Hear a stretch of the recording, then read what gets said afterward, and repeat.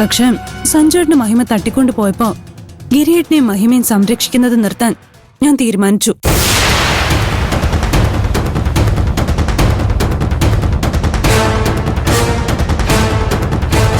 നീ പറഞ്ഞത് മുഴുവനായിട്ട് ഞാൻ വിശ്വസിച്ചിട്ടില്ല.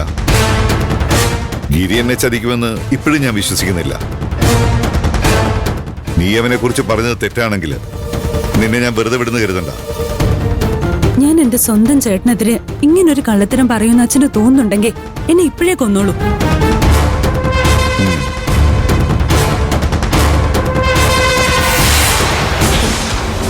നീ ആള് കൊള്ളാലോ. രക്ഷപ്പെടാൻ വേണ്ടി സ്വന്തം ചേട്ടനെ കുരുതി കൊടുക്കാൻ നിനക്ക് ഒരു മടിയില്ലല്ലേ? ഇങ്ങനൊരു അവസരം നിനക്ക് കിട്ടിയാലും നീ ഇങ്ങനെ തന്നെ പെരുമാറൂ. അപ്പൊ നീ ഇവളെ വെറുതെ കുറ്റം പറയണ്ട.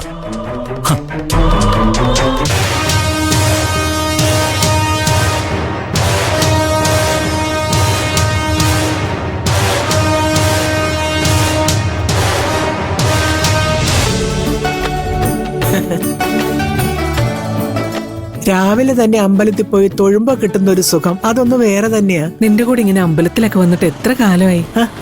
ആഗ്രഹമില്ലാഞ്ഞിട്ടല്ല ബാനു, വയ്യാഞ്ഞിട്ടാ. ഷൂട്ടിങ് കഴിഞ്ഞ് വീട്ടിൽ കയറി ആകെ ഒരു ക്ഷീണമായിരിക്കും. പിന്നെ പുറത്തേക്കൊന്നും ഇറങ്ങാൻ തോന്നില്ല. ഇന്ന് രണ്ടും കൽപ്പിച്ചിറങ്ങിയതാ. നിന്റെ കൂടെ വന്നതുകൊണ്ട് എനിക്ക് അമ്പലത്തിലൊരു വിലയായി. എന്റെ കൂട്ടുകാരി ഒരു സെലിബ്രിറ്റി ആണെന്ന് നാലാളെ കാണിക്കാൻ പറ്റിയല്ലോ. നീ ഇതുവരെ വന്ന സ്ഥിതിക്ക് വീട്ടിലൊന്ന് കയറിയിട്ട് പോ. ഗിരിക്കും മഞ്ജുവിനും സന്തോഷാവും. അത് വേണ്ട ബാനു, മഞ്ജും മഹിമയും തമ്മിൽ വഴക്കിലല്ലേ. ഞാൻ അവിടെ വന്നിട്ട് മഹിമയെക്കുറിച്ച് എന്തെങ്കിലും ഒരു സംസാരം ഉണ്ടായാൽ അത് വെറുതെ വിഷയാകും. അത് ഒഴിവാക്കുന്നതല്ലേ നല്ലത്. നിനക്ക് ഇന്ന് വരാൻ സൗകര്യമില്ലെങ്കിൽ സാരമില്ല, ഞാൻ നിർബന്ധിക്കുന്നില്ല. പക്ഷെ നാളെ മഞ്ജുവിന്റെ ഗിരിയുടെയും വിവാഹ വാർഷിക.